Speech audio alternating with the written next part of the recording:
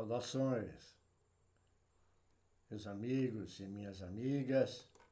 Muito bom estar aqui com vocês mais uma vez, ter a presença de vocês. Muita paz, um grande abraço a todos vocês inscritos no canal, seguidores que estão buscando a clareza de pensamento, a libertação, né? A expansão da consciência. Hoje nós vamos falar, de acordo com a minha interpretação, a minha tradução da Tábua de Esmeralda, por Atron Azael, certo? Só que assim, eu não vou dar exatamente a explicação da tábua, mas o que gira em torno dela e nas revelações ditas como dadas por ela, ok? Lembrando, não esqueçam, dá um positivo no canal, clique no sininho negro para receber notificação de quando eu posto um novo vídeo. Assim vocês recebem, né, essa comunicação e acrescentem mais assuntos, mais clareza de pensamento, que é o que eu procuro passar, né? Inscrevam-se no canal, vocês que estão chegando agora, sejam bem-vindos. E compartilhem com mais pessoas, justamente, que tenham esse contato com esses nossos esclarecimentos, ok? Então vamos lá. Como sempre, eu, de certa forma, sou meio polêmico, né? Ou inteiro polêmico, não existe meio, né? Com uma piadinha, né?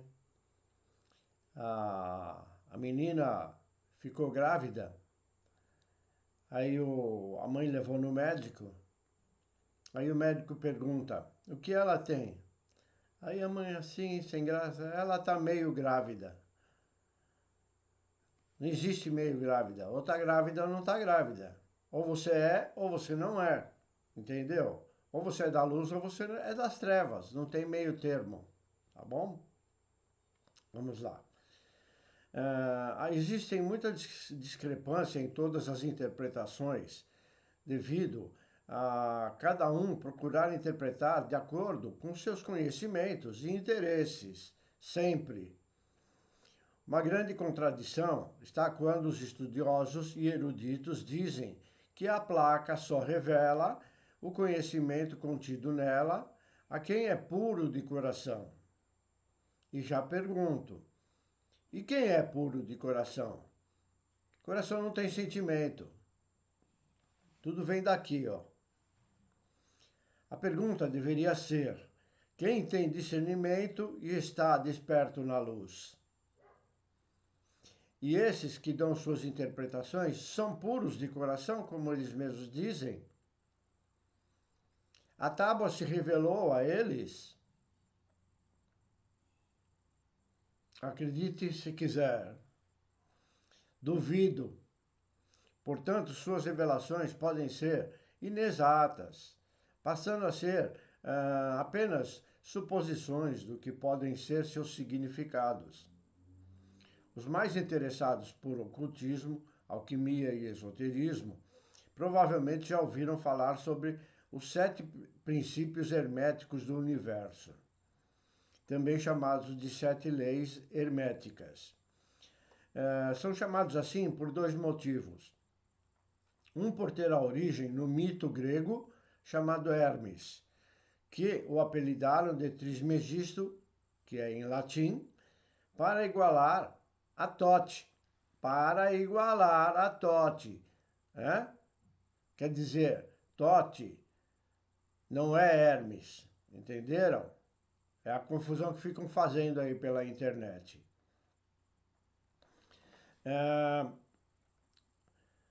Traduzido, né, Trismegisto como 3 vezes grande. Porém, quem ainda não tem intimidade com o assunto, pode ler a palavra hermético e associá-la imediatamente à expressão hermeticamente fechado, que também não está errado. sem fazer relação alguma com a sua origem. Tanto hermético vem de Hermes, como também de fechado, porque na sua maioria o ser humano não tem esse contato, não consegue decifrar esses ensinamentos, né? Vamos lá. Afirmando, Tote, de novo, não é Hermes, como querem imputar a equivalência. Isso não existe. Aliás, é discutível essa questão do Tote também, mas é um outro assunto para outro vídeo. Na verdade, estes dois usos desta palavra originam de uma mesma figura, muito importante para os estudiosos no ocultismo, que é Hermes Trismegisto. Ou seja, toda a definição maior dada a esse termo de hermético vem do Hermes e não de Tote, né? Que na verdade tem a origem, a Tábua de Esmeralda tem origem em Tote e não em Hermes, porque Hermes estudou tudo que Tote deixou escrito e algumas coisas mais que nós não temos acesso. Os escritos atribuídos a Hermes são tanto de ordem filosófica como os que buscam a essência de todas as religiões, como de ordem técnica, como a descrição de procedimentos ligados à alquimia, procedimentos a que poucos têm acesso, novamente, como sempre, tudo é velado ou hermético, né? Por isso que é o oculto, o ocultismo. É justamente daí que vem a expressão hermeticamente fechado. Práticas associadas a esse Hermes incluem magias para fechar não sei o quê, a energia de objetos, além de possuírem em seu próprio cerne um conjunto de princípios que visam fechar ou agrupar todas as leis que regem o universo e sua manifestação. Isso de acordo com as traduções. Repito, sempre deixam dúvidas, né? Não existe na Terra nenhum homem que tem a definição de todas as leis que regem o universo. Já começa por aí. Para um tolo, para uma pessoa que infelizmente ainda está na ignorância, quem sabe muito pode ser um Deus, pode ser um mestre. Entenderam? No caso da astrologia, interessam mais os escritos filosóficos de Hermes, que estão espalhados em diversas obras, que tratam da busca pela grande verdade. Busca. Grande verdade é o termo usado pelos humanos. Como sempre, no meu modo de analisar, não existe a grande verdade, mas a verdade verdadeira. Aquilo que une todas as religiões. É nelas que reside o maior impacto de Hermes para a humanidade, já que muitas religiões antigas ou atuais, orientais ou ocidentais, beberam de sua fonte, entenderam? Quando eu falo sobre a Bíblia, né, a origem dela justamente está aqui, 10 mil, 7 mil, 2 mil, 3 mil anos atrás, né? A verdade a origem tem tudo lá atrás, que já vem de Tote e não de Hermes, ok? Portanto, se mostrando tão mentiroso quanto seus ensinos, a quem a igreja tomou também como base, e até hoje continuam sem entender e levando muitos, junto com eles, nessa rede de enganos ou enganação.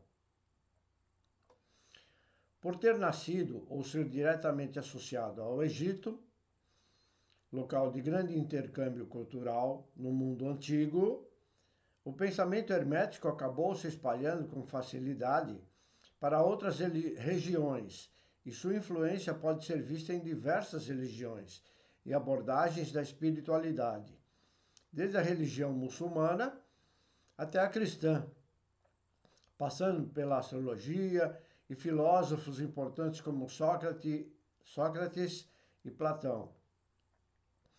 Vamos dizer enfaticamente que Hermes copiou os escritos de Tote, da forma como ele entendia naquele tempo.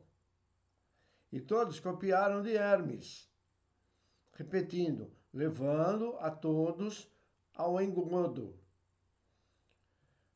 O livro Kybalion e os princípios herméticos, entre as obras mais importantes associadas a Hermes. Também estão os textos compilados no Corpus Hermeticum e a Tábua de Esmeralda, que exerceram grande influência na filosofia grega do século III e que voltaram à tona durante a Idade Média e o Renascimento, épocas em que os experimentos da alquimia estiveram em voga. Repito a pergunta anterior. O que eles copiaram da Tábua de Esmeralda? Se eles mesmos dizem que ela só se revela ao puro de coração. Talvez estejam querendo proclamar a si mesmos que sejam puros de coração. Puros de coração, deixando suas mentiras serem levadas a milhares de humanos? Só dando risada, né? Em 1908, os princípios que regem todas as coisas foram reunidos no livro O Kybalion. Vamos já deixar claro que aqueles princípios não significam serem verdadeiros ou mostrarem a verdade. Dizem que foi escrito pelos 3 iniciados a partir dos livros de Hermes. A autoria dos 3 nunca foi confirmada, entendeu? É sempre isso na história. O título do livro deriva da mesma raiz que levou ao termo Cabala, em hebraico, que significa, diz eles, que significa recepção, mas está errado. O termo Cabala significa ensinar de boca, como estou fazendo aqui com vocês, para ouvidos. Só isso. E, na verdade, não seria nem o vídeo, né? Seria eu ensinando a um aluno, diretamente. Só, sem livro, sem escrita, sem nada. Esse é o significado de Cabala, QBL. Ok? Só acrescentaram as vogais no meio para poder ser pronunciável. Porque QBL, como é que você vai pronunciar? QBL.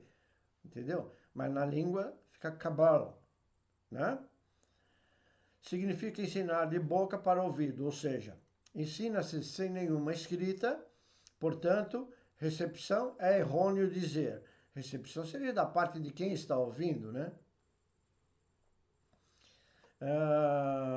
Neles se encontram, diz, as descrições das 7 leis herméticas que regem todo o universo e que serão resumidas a seguir.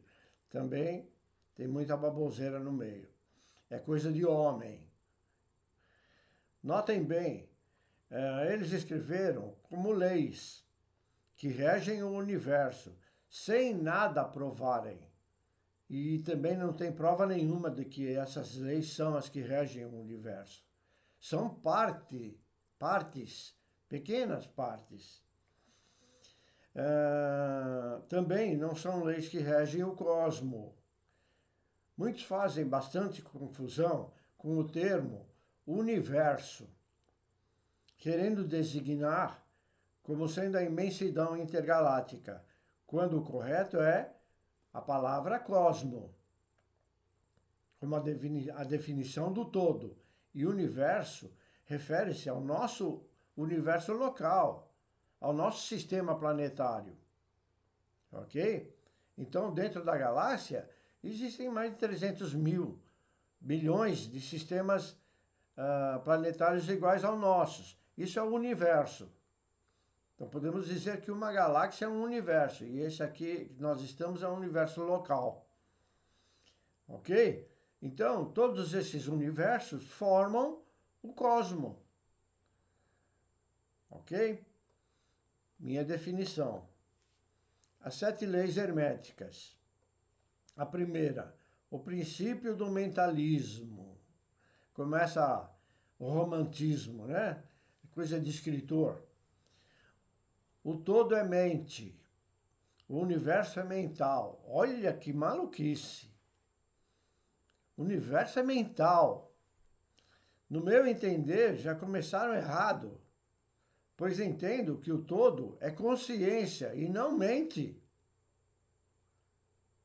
E eu ensino sempre, mente é derivado da palavra mentira.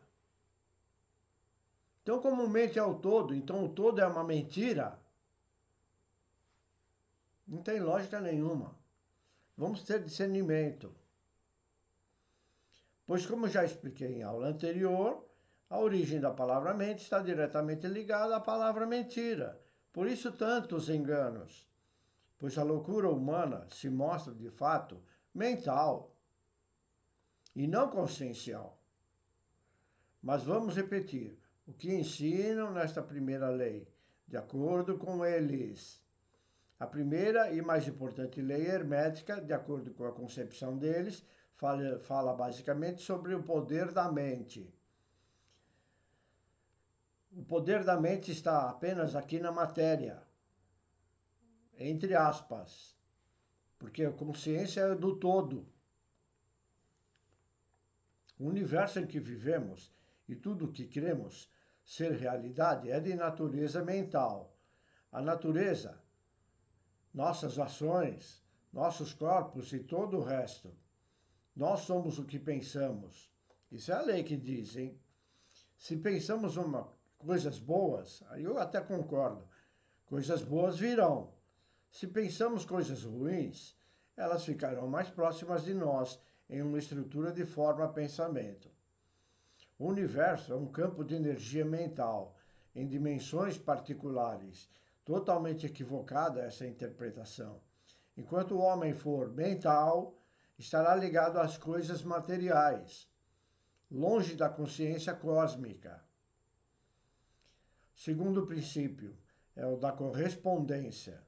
O que está em cima é como o que está embaixo. Primeiro que não existe em cima e embaixo. Já começou errado, né? O que está dentro é como o que está fora. Aqui a ciência e a espiritualidade estão juntas, pois tudo que está no todo e não em cima é como o todo que está presente encarnado e não embaixo. Ou seja, então tudo como está no todo é como o que está aqui encarnado. Esse negócio de em cima e embaixo não existe, né? Por exemplo, se eu apontar, aqui está em cima. Não, mas não está em cima, porque eu posso estar de cabeça para baixo no globo terrestre, entre aspas, né? Maneira de dizer, a bola está circulando, cada hora você está num lugar. Então, se eu ficar com a mão parada aqui, se eu em cima, daqui a pouco a minha mão vai estar lá, apontando para lá em cima. Ou aqui é em cima. Entenderam? O que nós podemos dizer assim, está aqui em cima do telhado. Aí sim. Mas não em cima lá no cosmos. Você não sabe nem o fim da coisa. Não é? Na segunda lei hermética, compreendemos que para tudo existe uma correspondência no universo, seja no microcosmo ou no macrocosmo. É outra invencionice humana, né? Não existe macrocosmo ou microcosmo, tudo é o cosmo. Meu adendo, também não existe, como eu falei, né? Apenas que a correspondência existe porque é o todo. Usando a Bíblia como exemplo, esse princípio está refletido na analogia de quando Deus cria os homens à sua imagem e semelhança. Sendo assim, para compreendermos tudo aquilo que nos cerca, temos que olhar para a sua correspondência e seu padrão em outros lugares. Isso é a definição deles. Deus não nos criou enquanto encarnados.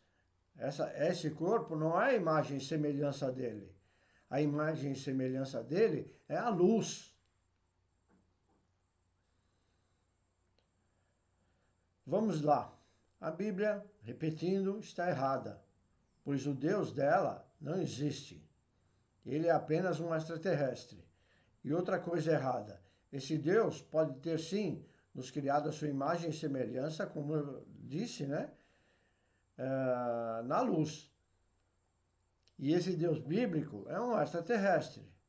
Já a fonte geradora,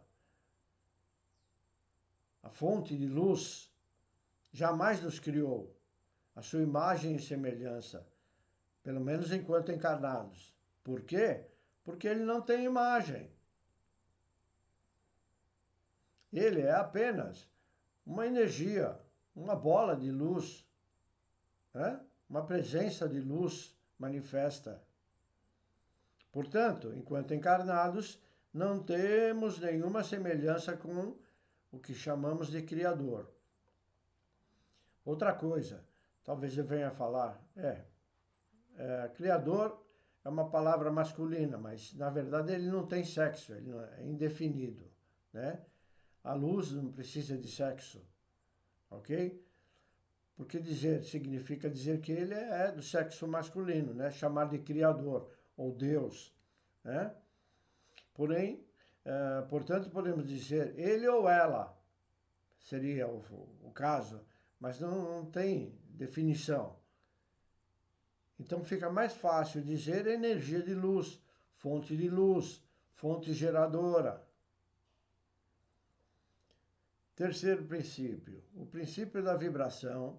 Nada está parado, tudo se move, tudo vibra, sem dúvida.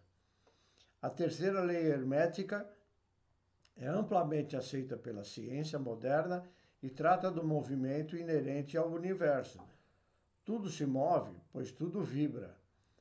Tudo é composto de átomos.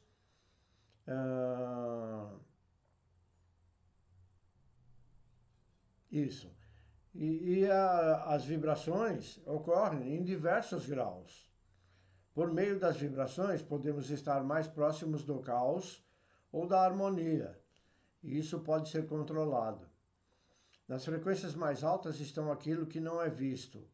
Nas frequências mais baixas estão as vibrações da matéria. Aqui é a ciência falando e contradizendo a segunda lei, pois aqui está a prova do todo, sem necessidade de dizer o que está em cima é como o que está embaixo. Baboseira, ou ignorância de quem escreveu e o que eu acredito mais. Vamos tomar uma aguinha.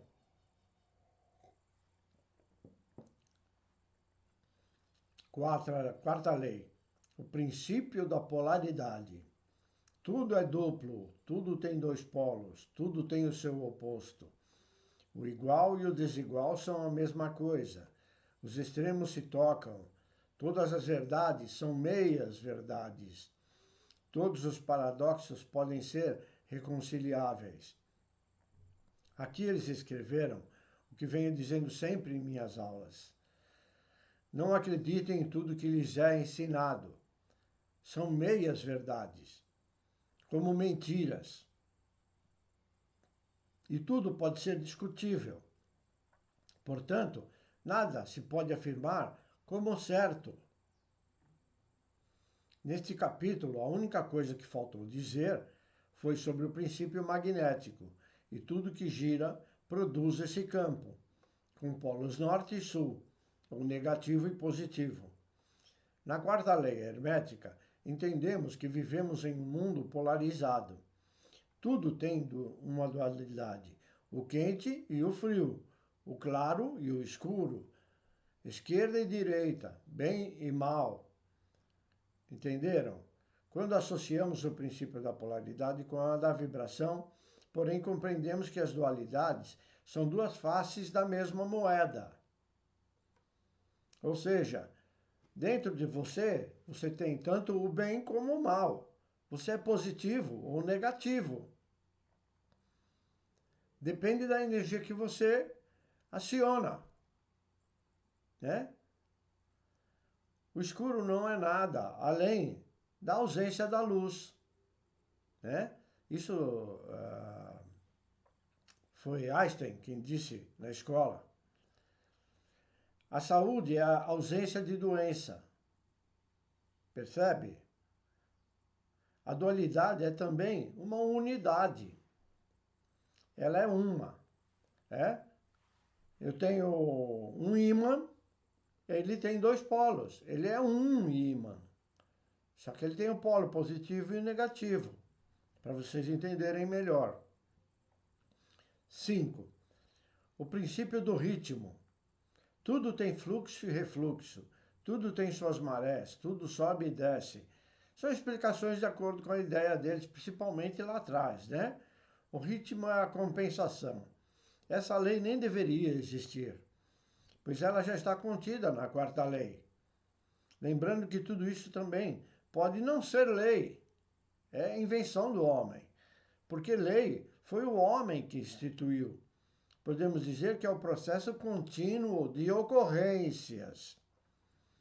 Na quinta lei hermética, entendemos que vivemos em uma dinâmica de ciclos. Tudo que vai, volta. E vivemos em uma vibração eterna de atração e repulsão, de inspiração e expiração. Ok? Assim, isso é um exercício, inclusive, do Tai Chi, né? Você pega a energia, traz e desce, entendeu? Mas vamos lá.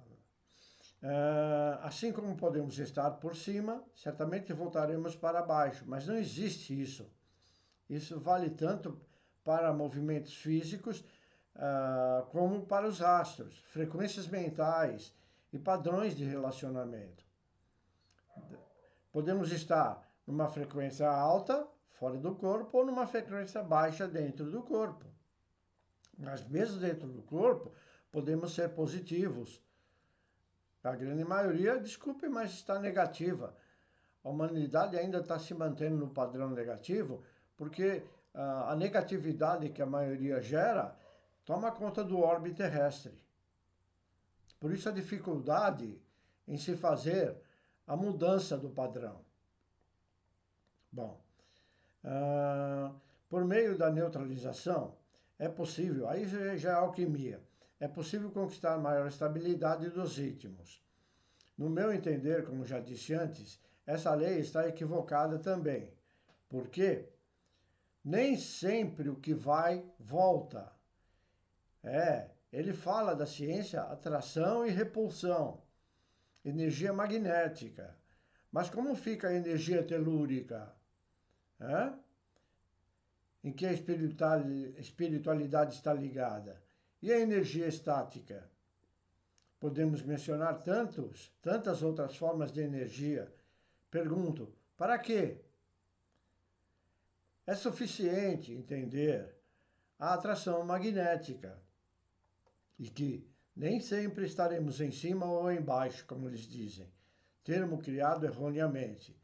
Hoje estou encarnado, amanhã posso não estar mais e também posso não voltar mais para a carne.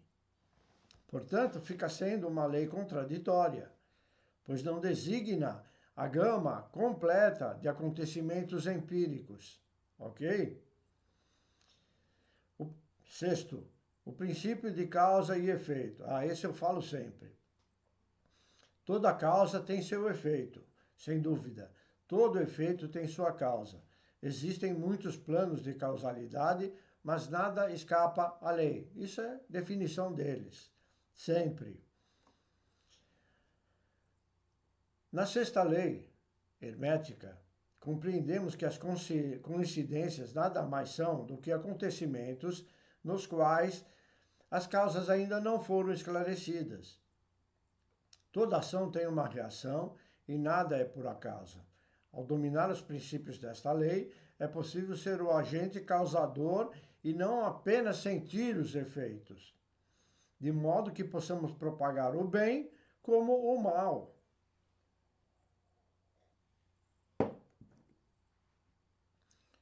Quando tal mecanismo é dominado, nos tornamos mestres de nós mesmos. Aqui concordo plenamente, pois já vi essa lei funcionar, principalmente comigo e com alguns que me cercam. sétima lei. Que é sétima é maneira de dizer. Eles criaram 7 só para correlativo ao número 7, que diz ser um número do Criador, o número do Crístico. O princípio de gênero. O gênero está em tudo. Tudo tem seus princípios masculino e feminino. De novo, masculino e feminino, bem ou mal, luz e trevas. Entenderam? O gênero manifesta-se em todos os planos da criação. No último princípio hermético, entendemos que os gêneros não está apenas naquilo que se reproduz fisicamente, mas também está em planos mentais, naturais e espirituais. Toda a criação deriva de uma força masculina e feminina. Errado. Podemos dizer sim, deriva da função do átomo e das moléculas, positivo e negativo. Tudo que existe pode ter gênero, seres humanos, planetas, árvores. Mas o gênero, na minha definição, está coligado mais ao ego do que à realidade do que falam. Sabendo e internalizando este fato, podemos viver em maior plenitude. Novamente repito, não existe gênero em nada. Ele apenas existe, pois é uma criação mental. O que existe é positivo e negativo. Decorem bem isso que serve para tudo. O resto são comparativos ou sinônimos para designar a mesma coisa. Quer saber mais? Saber como essas informações podem afetar sua vida? Hermes Trismegisto, homem ou divindade? Claro que é homem, não tem nada de divindade. Reza a lenda que na antiga Alexandria helenística, o deus egípcio, considerado assim erroneamente, pois ele era um deus atlante, ou seja, Tote, também que não era deus, né?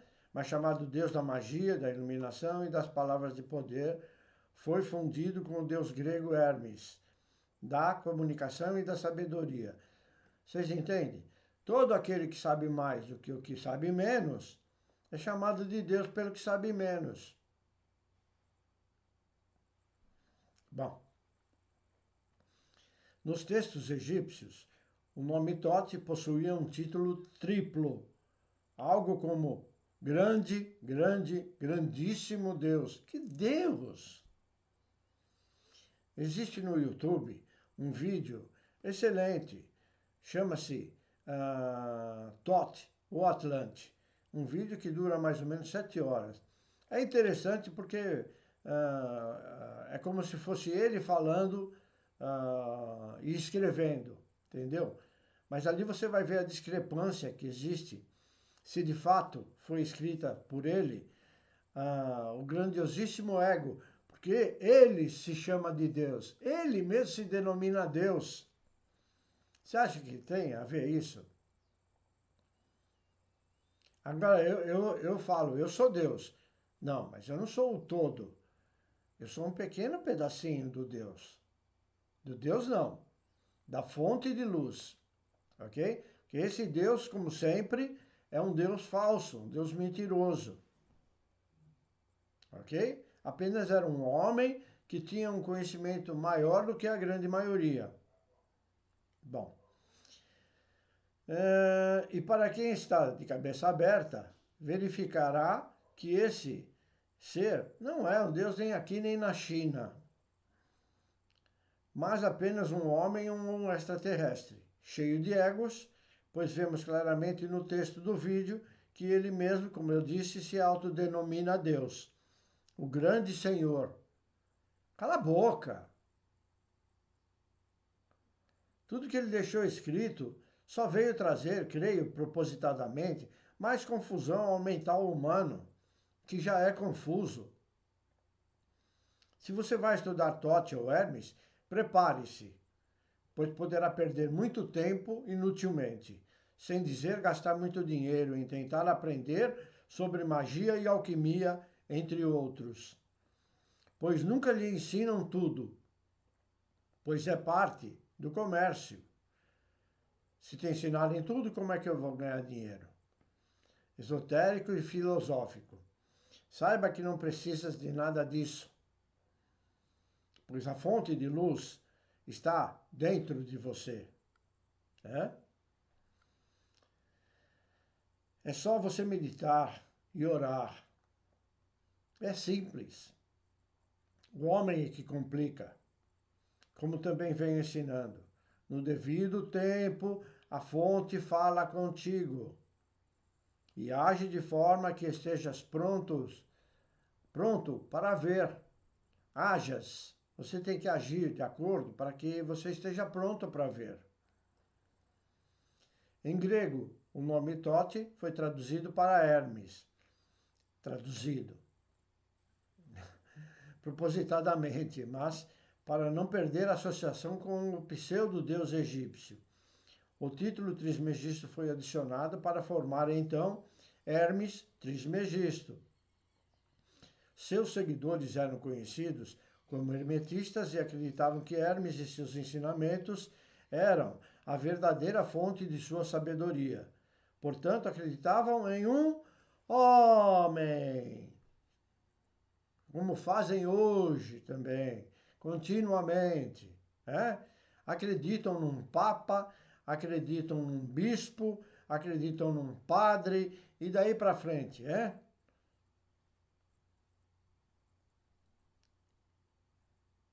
Eu não vou falar outros nomes para também não fazer propaganda deles.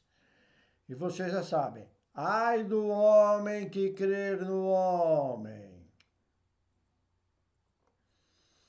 Em reconhecimento a esse fato, suas obras eram assinadas com o nome dele, em vez de autorias próprias, entenderam? Tais obras se tornaram conhecidas como textos herméticos, incluindo diversos trabalhos sobre alquimia, magia, astrologia e filosofia. Os textos filosóficos foram reunidos em uma coleção de cerca de 20 textos, chamados de Hermética. Notem bem, o que estou mostrando a vocês nada mais é do que desfazendo o hermético, desfazendo o oculto, como eu sempre digo, principalmente nos textos bíblicos.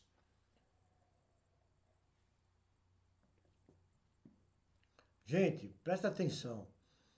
Hermético ou oculto só existe enquanto você não sabe. É simples. Uma outra história diz que Hermes foi um grande estudioso e filósofo egípcio que viveu entre 1500 a.C. a 2500. Quer dizer, está aí pertinho, recente. Considerado o primeiro alquimista da história. Pergunto, e daí? Se ele era alquimista, por que a igreja se baseou nos textos desses se a igreja não admite alquimista? Hermes seria capaz de transformar rocha em metal. Isso é ciência. O que a indústria faz hoje, a indústria siderúrgica. Extrair a vida das plantas, a fitoterapia, como eu passei para vocês, florais de Bach. E modificar a matéria, como fazem os químicos. Lembrando, é apenas história. Nada se prova. Como ele tendo essas capacidades. Embora tenha sido escrita nos primeiros séculos após o nascimento de Cristo, olha bem, o cara viveu há 2500 anos e o que foi escrito sobre ele foi nos primeiros séculos depois de Cristo. Você entendeu? É a mesma coisa que eu estou fazendo aqui, eu estou reescrevendo o que foi escrito, de certa forma. Que eu não vou ficar perdendo tempo em traduzir toda aquela baboseira. Só para dizer, foi traduzido por Átilo Azael. Cala a boca.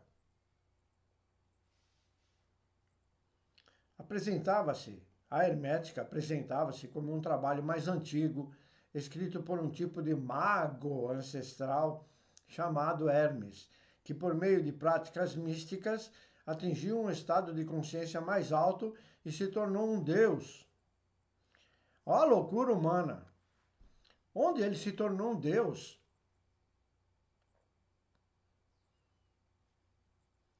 Para que designar um humano como Deus? Né? Criaram essa palavra só para dizer que é o Todo-Poderoso. Cala a boca. Na hermética, a palavra grega gnosis, que quer dizer conhecimento, era usada para descrever o estado de consciência mais elevado. Essa mesma palavra era impregnada por outros místicos, empregada, aliás, por outros místicos, inclusive por seitas cristãs primitivas, conhecidas como gnósticas, por algumas seitas judaicas, como os essênios. Pelo que eu sei, eu discordo, mas tudo pode ser, e por gnósticos sabeus. A hermética possuía uma visão de mundo místico e da astrologia. Os planetas foram cada um nomeados em homenagem a um deus mitológico, entenderam? Deus mitológico é mito, ele não existe, é correspondente a uma conduta filosófica, a conduta do homem, a atitude do ego do homem. E no período helenístico, sua ordem foi determinada pela velocidade na seguinte ordem: Lua, Mercúrio, Vênus, Sol, Marte, Júpiter e Saturno. Não são 7 planetas? Aliás, a Lua não é um planeta, né? Mas tudo bem. Acreditavam também que os planetas formavam um tipo de escada entre a Terra e o céu. Ó a loucura! Onde a energia de cada planeta recebia certas qualidades daquele Deus, que é o ego, sendo associadas aos 4 elementos da Terra, aos 4 elementos, aliás, terra, água, ar e fogo. Os 7 planetas também eram estendidos nos centros, como centros da alma do cosmo, e seu elo correspondente poderia ser encontrado ascendendo também pela coluna vertebral, da base até o topo da cabeça, no microcosmo do corpo humano. São os chakras. Pitágoras, o mais antigo dos filósofos místicos, desenvolveu a escala musical, né, diatônica de 7 notas, marcadas pelas 7 vogais do alfabeto grego, para capturar o som que cada planeta faria ao orbitar a Terra. Isso é utilizado. Quem é que vai ouvir o som que o planeta faz para orbitar a Terra? Percebe que tudo é simbologia? Isso é utilizado hoje na musicoterapia, pois são as vibrações correlatas ao corpo humano. Outra coisa, eles estabelecem, por exemplo,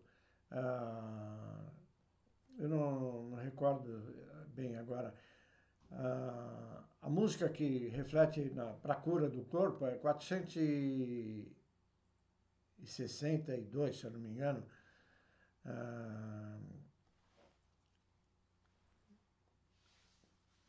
A vibração é Hertz, 462 Hz de vibração para ajudar a curar o corpo. Só que, da mesma maneira, não se pode definir como 462 sendo exato. Porque você tem que, por exemplo, você tem um aparelho que emite essas vibrações. Aí você fecha os olhos e vai mexendo nesse aparelho até que uma dessas frequências faz o seu corpo vibrar. Essa é a frequência exata naquele momento do seu corpo.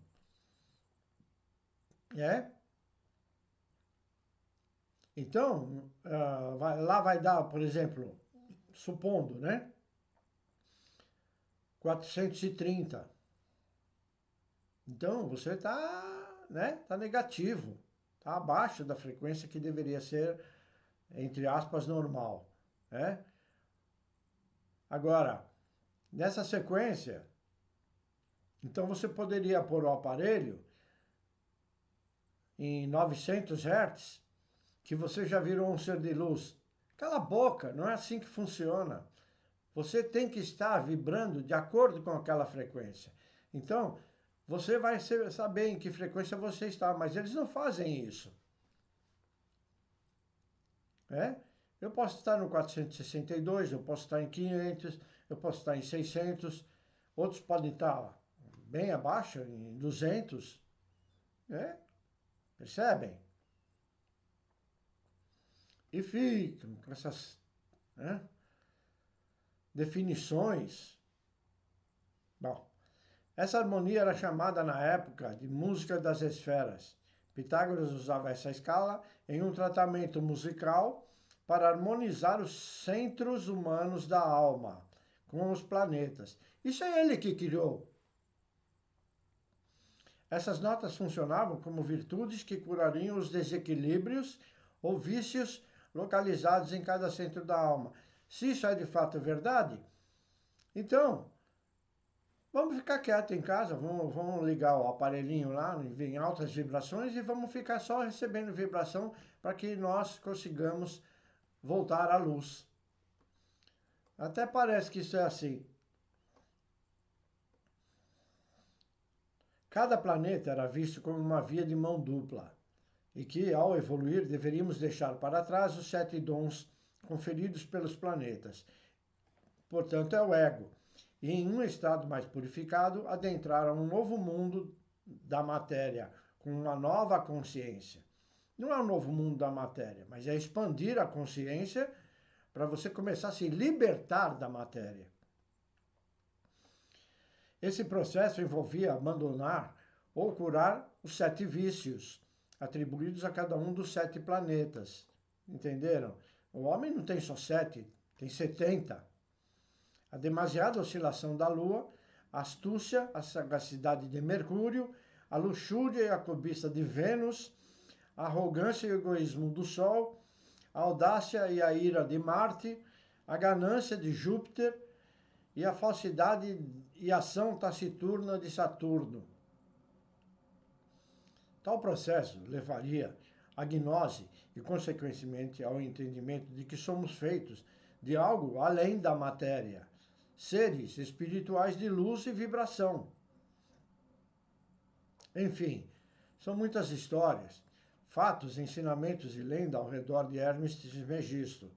A existência de um sábio homem não é descartada, porém a forma como a filosofia hermética evoluiu e foi passada de geração para geração faz com que Hermes se torne essa figura que representa mais do que um ser humano que aqui habitou na conversa deles, mas um conjunto de ideias e modos de encarar a vida que colaboram imensamente com o nosso autoconhecimento. Considero discutível, pois o autoconhecimento não depende apenas desses ensinamentos, mas sim do ímpeto e da disciplina em se posicionar para entrar em contato consigo mesmo e com a divindade dentro de si mesmo. Coisa que atualmente poucos o fazem, pois o cotidiano lhes rouba a visão maior. A tábua de esmeralda, o documento que deu origem à alquimia. A tábua de esmeralda, também conhecida por tábula esmaragdina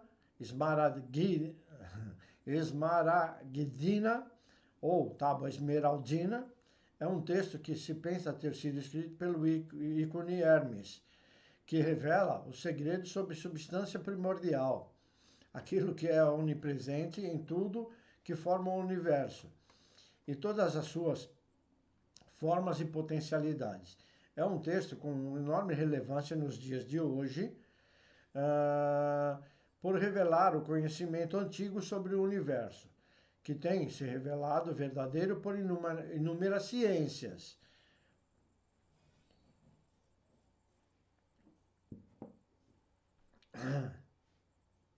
O primeiro vestígio documentado sobre a tábua de esmeralda pode ser encontrado numa carta de Aristóteles a Alexandre o Grande, durante a sua campanha na Pérsia.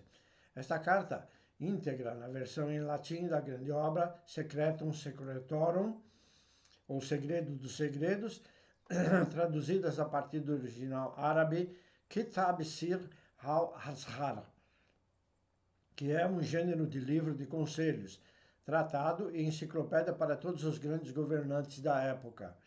Esse livro fala sobre as ciências que regem o universo e foi um dos livros mais lidos da Idade Média, por conter os maiores e mais poderosos, entre aspas, segredos do universo, desde a astrologia e propriedades mágicas e medicinais de plantas e minerais, novamente, numerologia e, acima de tudo, os segredos sobre uma ciência unificada. Outros vestígios sobre a Tábua de Esmeralda são documentados após séculos deste, o que apenas prova que o texto existe e foi uma grande influência para muitas culturas. Hoje o texto é visto por conter uma das maiores verdades sobre o nosso universo. Mentira.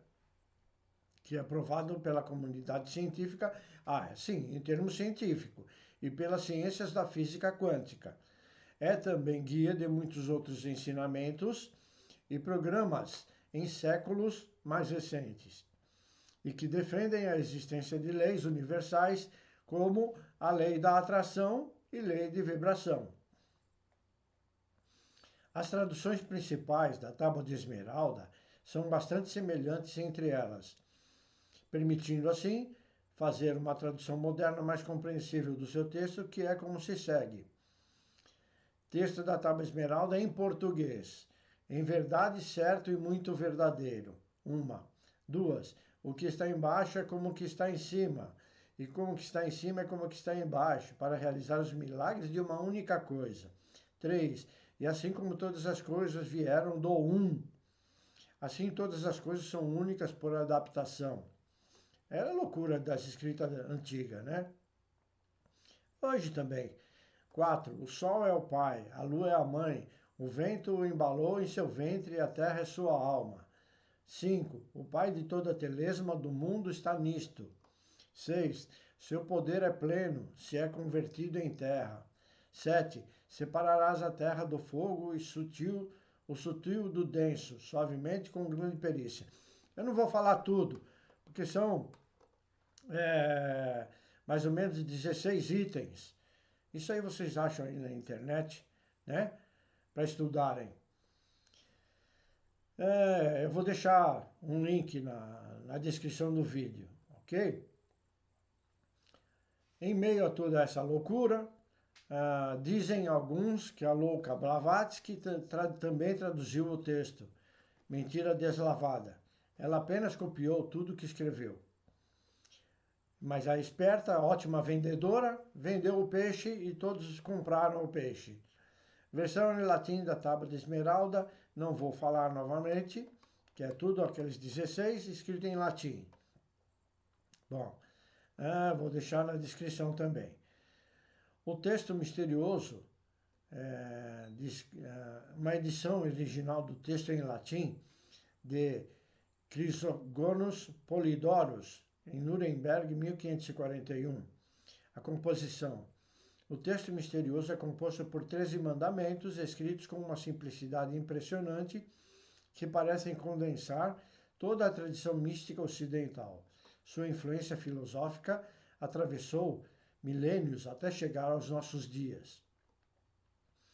Debaixo dos 13 aforismos está apenas a assinatura de Hermes, o que parece ser um pseudônimo criado a partir das figuras do deus grego Hermes, que não é deus, e do egípcio Djeret. Agora não é mais Tote, é Djeret. Apesar de serem encontradas referências à tábua em inúmeras obras espirituais, tanto europeias quanto árabes, sua autoria continua sendo um mistério. Algumas versões afirmam que foi o próprio Abraão, agora também Abraão, o primeiro patriarca judeu-cristão, o criador do texto. Não duvido nada. Outros explicam que ele foi escrito por um filho de Adão e salvaguardado na Arca de Noé. Se a Arca não existiu, como eles falam, a Arca é eu sou a Arca, você é a Arca durante o grande dilúvio. Já expliquei para vocês, o grande dilúvio é quando vem a energia que te faz despertar. Então, esse dilúvio vai te limpar. Quando você entende toda a história, você abre os olhos para tantas mentiras e confusões dentro de histórias do passado. Fala muito, né?